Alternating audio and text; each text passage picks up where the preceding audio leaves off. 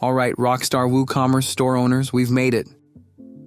We've conquered the world of tiered pricing, and your store is now officially equipped to offer awesome deals that keep your customers clicking that Add to Cart button.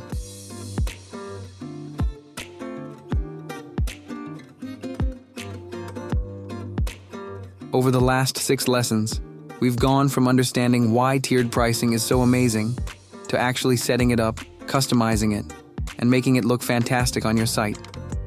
We explored the benefits, tweaked plugin settings, created killer pricing rules, managed individual product prices, and even gave that pricing table a serious glow-up. Remember those days when you sold products at just one price?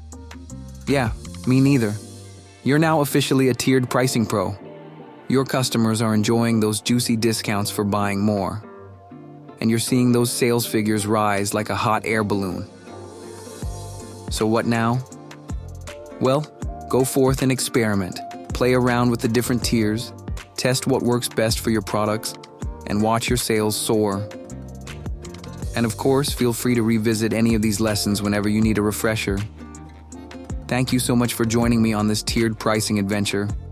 I hope you're as excited about the potential of this tool as I am. Happy selling.